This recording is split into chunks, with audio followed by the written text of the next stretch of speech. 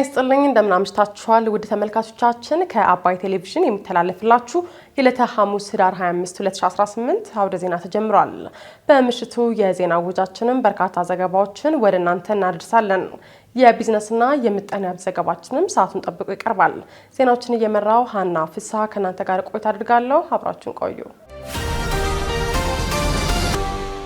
በመጀመሪያው ክፍለ ጊዜ የመረጃ ጥንቅራችን በአማራ ብሔራዊ ክልላዊ መንግስትና በአማራ ፋኖ ህዝባዊ ድርጅት መካከል የዘላቂ ሰላም ስምምነት መፈረሙን፣ የፖለቲካ ፓርቲዎች በምርጫ እንዲሳተፉ የድጋፍ ፊርማ እንዲያቀርቡ የሚደነግገው አዋጅ በህዝብ ተወካዮች ምክር ቤት መታገዱን፣ እንዲሁም ደግሞ ትግራይ ክልልን ጨምሮ በምክክር ሂደቱ ያልተሳተፉ አካላትን ለማሳተፍ ጥረት እያደረገ እንደሚገኝ የኢትዮጵያ ሀገራዊ ምክክር ኮሚሽን ማስታወቁን የተመለከቱ ጉዳዮችን ወደ እናንተ እናደርሳችኋለን። አብራችሁን ቆዩ። በአማራ ብሔራዊ ክልላዊ መንግስትና በአማራ ፋኖ ህዝባዊ ድርጅት መካከል የዘላቂ ሰላም ስምምነት ተፈረመ። በአማራ ብሔራዊ ክልላዊ መንግስትና በአማራ ፋኖ ህዝባዊ ድርጅት መካከል የዘላቂ ሰላም ስምምነት ተፈርሟል። ስምምነቱን የክልሉ ርዕሰ መስተዳድር አረጋ ከበደና የአማራ ፋኖ ህዝባዊ ድርጅትን በመወከል ካፒቴን ማስረሻ ሰጤ ተፈራርመዋል።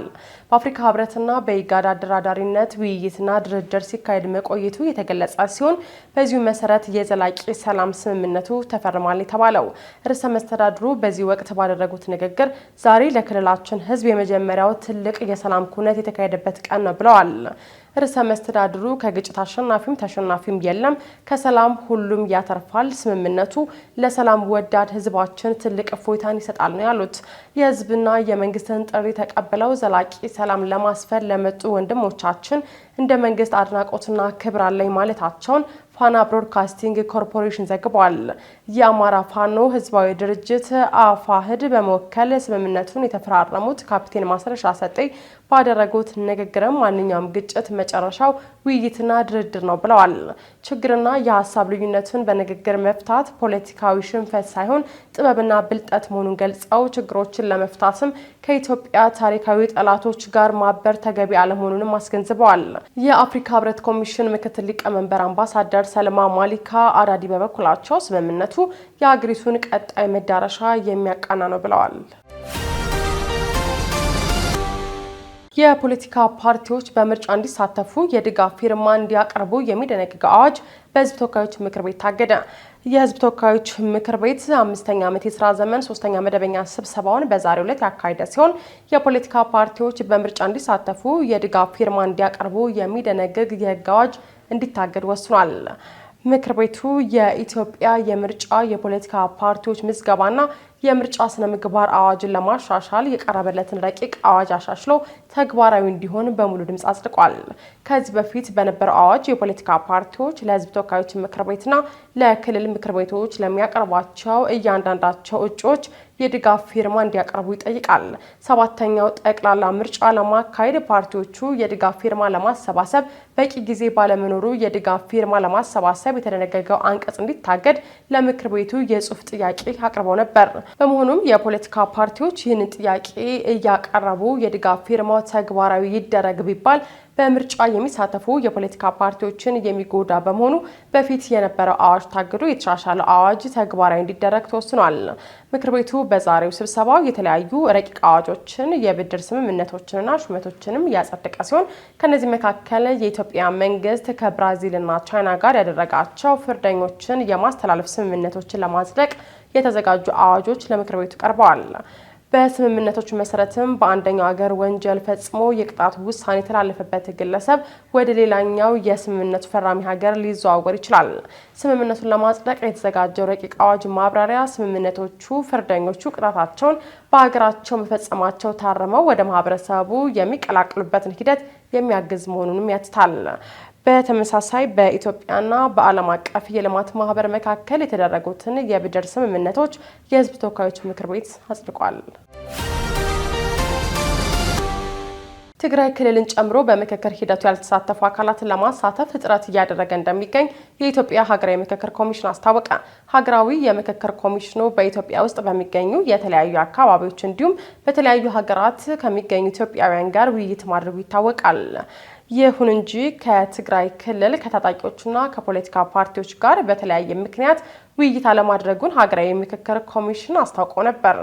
ኮሚሽኑ የኢትዮጵያ የሙያ ማህበራት የላቀ ተሳትፎ ለሀገራዊ ምክክር ውጤታማነት በሚል መሪ ሀሳብ በኢትዮጵያ ከሚገኙ የሙያ ማህበራት ጋር የምክክር መድረክ ዛሬ ህዳር 25 ቀን 2018 ዓ.ም በአዲስ አበባ አካሂዷል።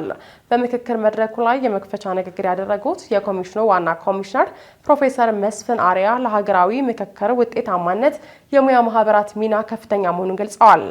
እስካሁን የሀገራዊ ምክክር ሂደቱ እንዲሳካ ላደረጉትና አሁንም እያደረጉ ስላለው አስተዋጽኦ ዋና ኮሚሽነሩ የሙያ ማህበራቱን አመስግነው በቀጣይም ኮሚሽኑ ከትግራይ ክልል ከታጣቂዎችና ከፖለቲካ ፓርቲዎች ጋር ሊያደርገው ያሰበው ውይይት እንዲሳካ የሙያ ማህበራቱ አስተዋጽኦ እንዲያደርጉም ጥሪ አቅርቧል። ከትግራይ ክልል ጋር የተለያዩ ግንኙነቶች እየተደረጉ መሆኑንና የምክክሩን አስፈላጊነት ለክልሉ እያስረዳ እንደሚገኝ ፕሮፌሰር መስፍን አሪያ ተናግረዋል። የሙያ ማህበራቱ ከነዚህ አካላት ጋር ኮሚሽኑ የሚያደርገው ጥረት ይሳካ ዘንድ እገዛ እንደሚያደርጉም ተገልጿል። የሀገራዊ ምክክር ኮሚሽን ዋና ኮሚሽነር ፕሮፌሰር መስፍን አሪያ በኢትዮጵያ ደረጃ ለ33ኛ ጊዜ በትግራይ ክልል መቀሌ ከተማ በትናንትናው ዕለት ተከብሮ በኋላው የአካል ጉዳተኞች ቀን በወቅቱ ተገኝተው ባደረጉት ንግግር ሰላም ከሌለ የአእምሮና የአካል ጉዳት እንደማይቆም እንዲሁም ስነልቦናዊ፣ ማህበራዊና ኢኮኖሚያዊ ቀውሶች እንደሚፈጠር በማንሳት የሰላም እጦት እንዳያጋጥም ሊሰራ እንደሚገባ መናገራቸው ይታወሳል። የተወደዳችሁ ተመልካቾቻችን እየተከታተላችሁት ያላችሁት ከአባይ ቴሌቪዥን የአውደ ዜና የመረጃ ሰዓታችን አሁንም ቀጥሏል። ወደ ሁለተኛው ዙር ጥንቅራችን ስናልፍ ደግሞ የአሜሪካ የውጭ ጉዳይ ሚኒስትር ከጠቅላይ ሚኒስትር አብይ አህመድ ጋር በአፍሪካ ቀንድ የሰላም ጉዳይ መወያየታቸውን የሰላም ጥሪን ያነገበ ህዝባዊ ሰልፍ በዛሬው ዕለት በጎንደር ከተማ መካሄዱን ጨምሮ ሌሎች ዜናዎችን ዘነበ ህልፍ ይዟል። ተከታትለን እንመለስ። የአሜሪካው የውጭ ጉዳይ ሚኒስትር ከጠቅላይ ሚኒስትር አብይ አህመድ ጋር በአፍሪካ ቀንድ የሰላም ጉዳይ ላይ ተወያዩ። ጠቅላይ ሚኒስትር አብይ አህመድ ከአሜሪካው የውጭ ጉዳይ ሚኒስትር ማርኮ ሩቢዮ ጋር በአፍሪካ ቀንድ የሰላም ጉዳይ መክረዋል። አሜሪካ ከኢትዮጵያ ጋር በመሆን በአፍሪካ ቀንድ ያለውን አለመረጋጋትና የፖለቲካ ውጥረት እንዲረግብና ሰላም እንዲሰፍን በጋራ ለመስራት የሚያስችላቸውን ውይይት ማርኮ ሩቢዮ ከጠቅላይ ሚኒስትር አብይ አህመድ ጋር ዛሬ ጠዋት በስልክ መወያየታቸውን በአዲስ አበባ የአሜሪካ ኤምባሲ በማህበራዊ ገጹ ላይ አጋርቷል። የአሜሪካ የውጭ ጉዳይ መስሪያ ቤትም ማርኮ ሩቢዮ ከጠቅላይ ሚኒስትር አብይ አህመድ ጋር በአፍሪካ ቀንድ ቀጠና ጉዳይ በስልክ ተወያዩ ከማለት በተጨማሪ የውይይቱን ዝርዝር ጉዳይ ከማጋራት ተቆጥቧል።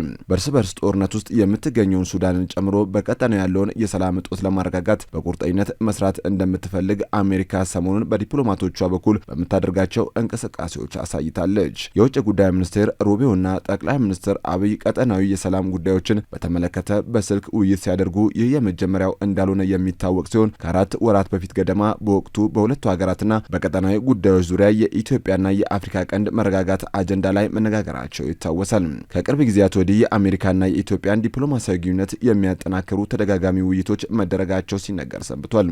በተለይም ባሳለፍነው ሳምንት ጠቅላይ ሚኒስትር አብይ አህመድ ከአሜሪካ አፍሪካ እዝ አዛዥ ጋር በቀጠናው ያለውን ሰላም ለማረጋጋት በጋራ እንደሚሰሩና ኢትዮጵያ በሰላማዊ መንገድ የባህር በር እንድታገኝ አሜሪካ እንደምትደግፍ መናገራቸው አይዘነጋም። በተጨማሪም ኢትዮጵያና አሜሪካ የፖሊስ ለፖሊስ ግንኙነታቸውን የበለጠ ለማጠናከር ያለመ ውይይት ማካሄዳቸውን ፌዴራል ፖሊስ ከትናንት በስቲያ አስታውቋል። የሰላምን ጥሪ ያነገበ ህዝባዊ ሰልፍ በዛሬው ዕለት በጎንደር ከተማ ተካሄደ። የጎንደር ከተማ አስተዳደርና የማዕከላዊ ጎንደር ዞን የሃይማኖት ተቋማት ጉባኤ ያዘጋጁትና የሰላም ጥሪ ያነገበ ህዝባዊ ሰልፍ በጎንደር ከተማ በዛሬው ዕለት ተካሂዷል። የሀገር ሽማግሌዎችና የሃይማኖት አባቶችን ጨምሮ ሌሎች ነዋሪዎች በህዝባዊ ሰልፉ ላይ ተሳትፈዋል።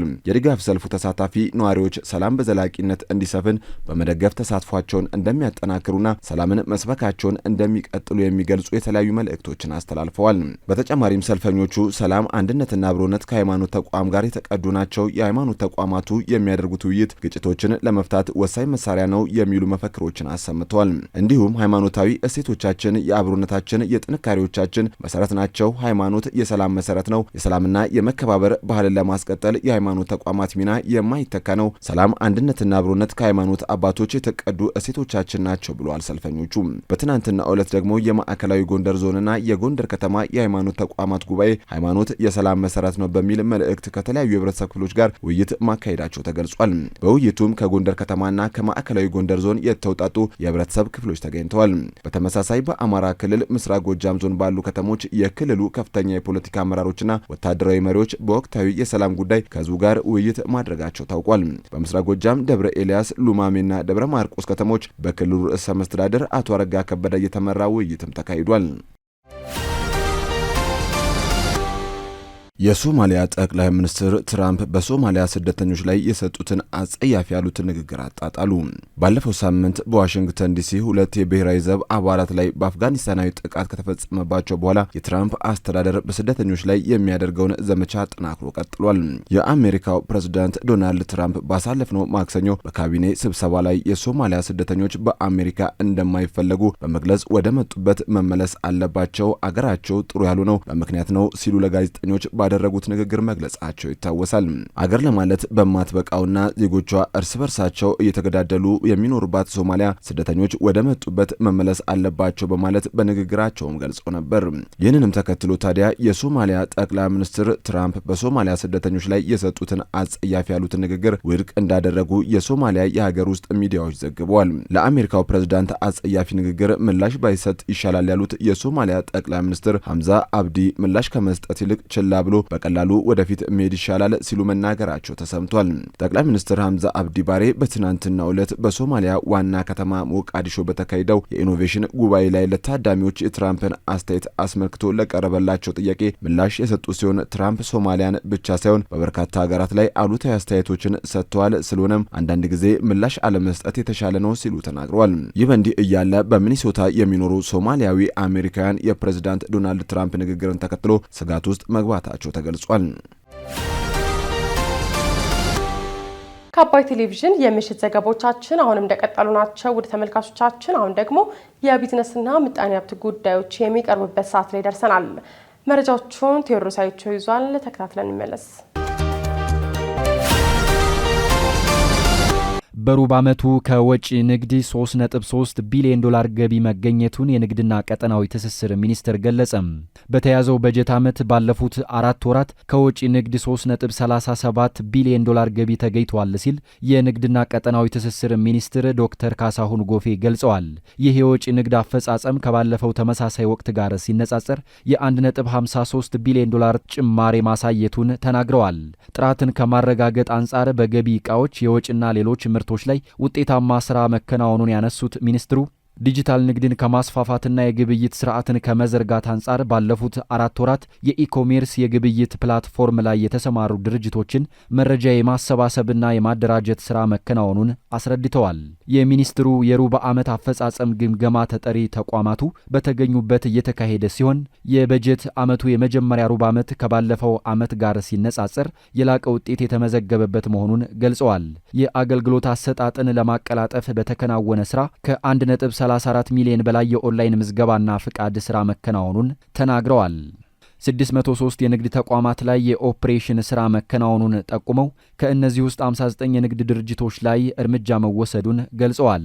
ባለፉት 4 ወራት ከወጪ ንግድ 2.84 ቢሊዮን ዶላር ገቢ ለማግኘት ታቅዶ 3.37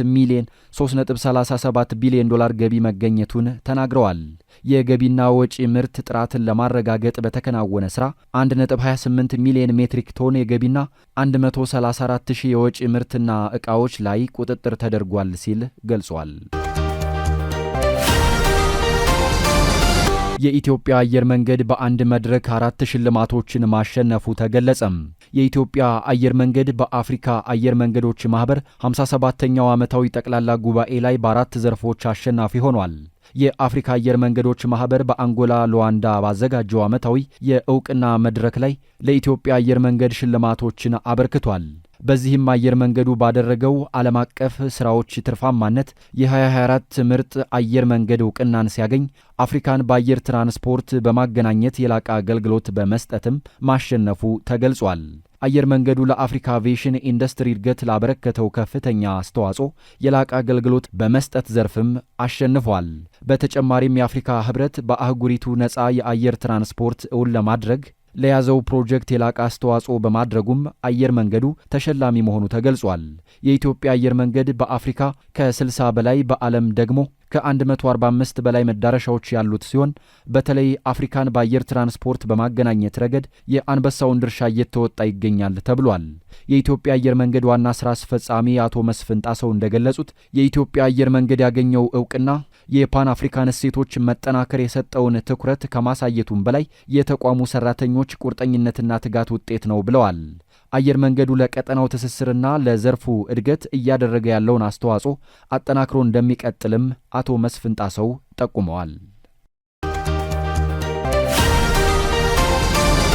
ሳፋሪኮም ኢትዮጵያና የተባበሩት መንግስታት ስነ ህዝብ ፈንድ በሴቶችና ወጣቶች ዙሪያ በጋራ ለመስራት የሚያስችላቸውን የመግባቢያ ስምምነት ተፈራረሙ።